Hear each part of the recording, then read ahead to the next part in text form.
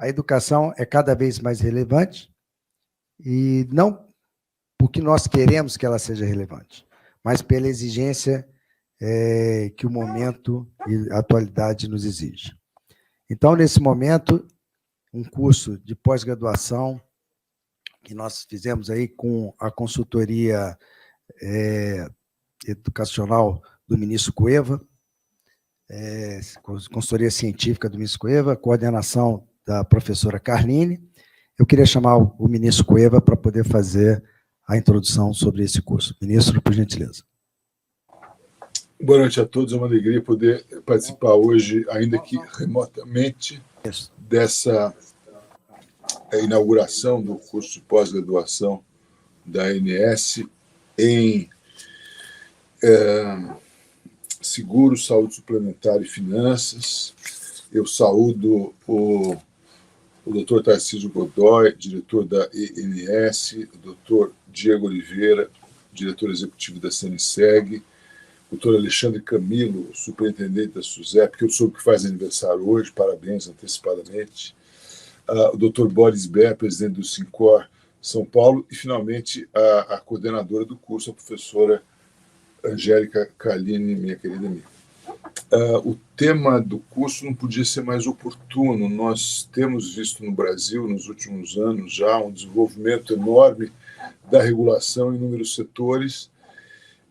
Tipicamente, a regulação nasce no século XIX ainda para disciplinar setores nos quais havia monopólios naturais, em que havia, por exemplo, as ferrovias, em que havia dificuldades de estabelecer uma relação minimamente simétrica entre aqueles monopolistas e os seus clientes.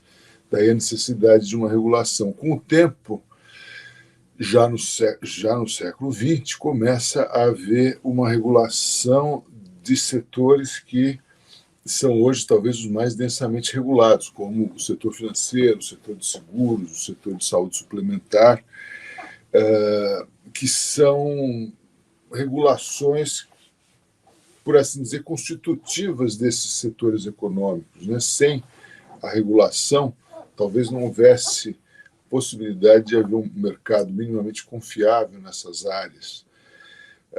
No sistema financeiro, por exemplo, antes dos bancos centrais começarem a disciplinar e criar regras básicas de governança e de rigidez do sistema, havia um consórcio de bancos que muitas vezes salvava o sistema de crises de solvabilidade, crises de liquidez.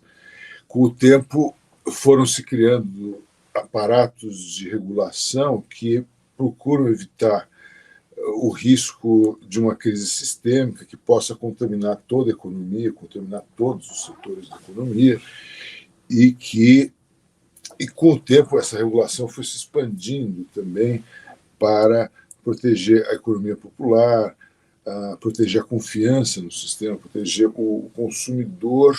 Mas é óbvio que o regulador tem uma tarefa eminentemente complexa de garantir a rigidez do sistema, garantir a observância dessas regras prudenciais que tendem a preservar a estabilidade do sistema, ao mesmo tempo garantir que haja inovações. Agora nós vivemos um momento de enorme inovação com a criação de fintechs, com a criação de uma economia digital, com os criptoativos, com a necessidade de saber se esses criptoativos devem ou não também ser regulados, com a possibilidade de criação de moedas digitais, de produtos inovadores e de portabilidade efetiva dos cadastros dos clientes.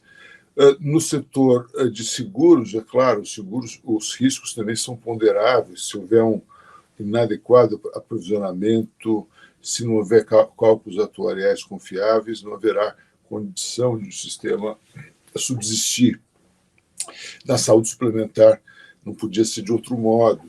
Há enormes desafios, a inflação médica crescente, a complexidade da introdução incessante de novas terapias, novos medicamentos, novas cirurgias, novas técnicas, que encarecem a medicina, que prolongam a vida humana, que trazem inúmeros benefícios, mas que, obviamente, também tem uma regulação complexa. Como impedir que haja, por exemplo, uma perfilização dos consumidores, dos clientes dos planos de saúde?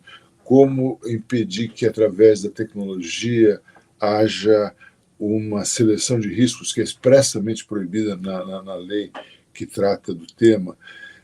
E com o tempo, claro, começam a haver novos desafios, além da rigidez dos sistemas próprios, né, e das regras prudenciais que têm que ser observadas pelos reguladores. Há uma preocupação crescente com a proteção do consumidor. A legislação de proteção do consumidor no Brasil já tem mais de 30 anos e ela se consolidou com uma vertente fundamental da proteção da cidadania. E mais recentemente, a proteção de dados pessoais, exatamente para evitar que a invasão da privacidade nessa nova dimensão que foi trazida pela informática, sobretudo, possa comprometer a própria capacidade de as pessoas se autodeterminarem. Enfim, há uma enorme dificuldade de os entes reguladores, as agências reguladoras, em sentido próprio ou impróprio, desempenharem com equilíbrio essa função muito difícil de garantir a estabilidade, a saúde dos sistemas, ou seja, de exercerem essa função prudencial para a qual elas foram criadas, ao mesmo tempo exercerem também essa função protetiva dos consumidores, dos cidadãos, e, ao mesmo tempo, impedir, isso está na missão de quase todas elas, na legislação própria aplicável a elas, impedir que haja concentrações econômicas indevidas, que haja abuso de poder econômico e, ao mesmo tempo, permitir que haja inovações, não engessar demasiadamente os setores com uma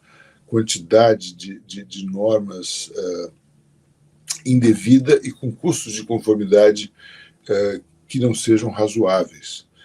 Isso tudo num país da dimensão do Brasil, um país que é assíncrono, que tem tribos indígenas, que tem fazendas extensíssimas, que tem cidades com uma densidade demográfica enorme, uma sofisticação tecnológica muito grande e tudo ao mesmo tempo.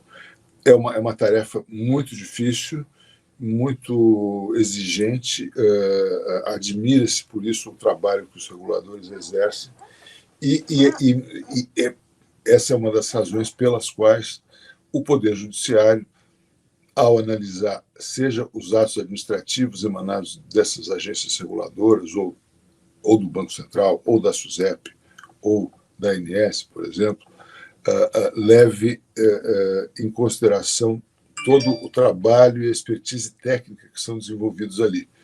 Daí se falar na aderência do Poder Judiciário no Brasil hoje ao princípio da deferência, que foi pela primeira vez definido e enfatizado nos Estados Unidos, né? A convivência do Poder Judiciário, a quem incumbe o controle da legalidade, da constitucionalidade dos atos administrativos, e também hoje com a competência de analisar a validade dos contratos de acordo com o ordenamento, como aplicar esse ordenamento crescentemente complexo, como exercer essa função judicante complexa, a não ser sendo deferente a esses entes que têm uma expertise técnica e têm uma capacidade institucional de efetivamente regular aquele setor, aquele sistema, seja ele o sistema financeiro, o sistema de seguros, o sistema de saúde suplementar, de maneira completa, multidimensional. Isso tem acontecido, me parece que crescentemente, não obstante haver, claro, no Brasil, uma onda de judicialização muito intensa sobretudo nesses setores. Eu creio que o curso que se inicia hoje, com a criação de maneira bastante inovadora, voltado a aprofundar a capacidade cognitiva, crítica, analítica de todos os que se envolverem no curso, poderá contribuir decisivamente para que haja uma ampliação desse diálogo interinstitucional e que tenhamos interlocutores qualificados, cada vez mais qualificados, a exercer esse debate de maneira profícua para todos os interessados, para os consumidores, para os cidadãos, para os entes regulados e para a administração pública. Eu tenho certeza que hoje estamos dando um importante passo nesse caminho e, mais uma vez, então, cumprimento a todos os que participam desse belo projeto. Muito obrigado, professor Tarcísio. Mas muito obrigado, ministro Cueva. Eu acho que as palavras do ministro colocam em boa perspectiva todo o valor agregado que um curso desse nível pode oferecer para a sociedade.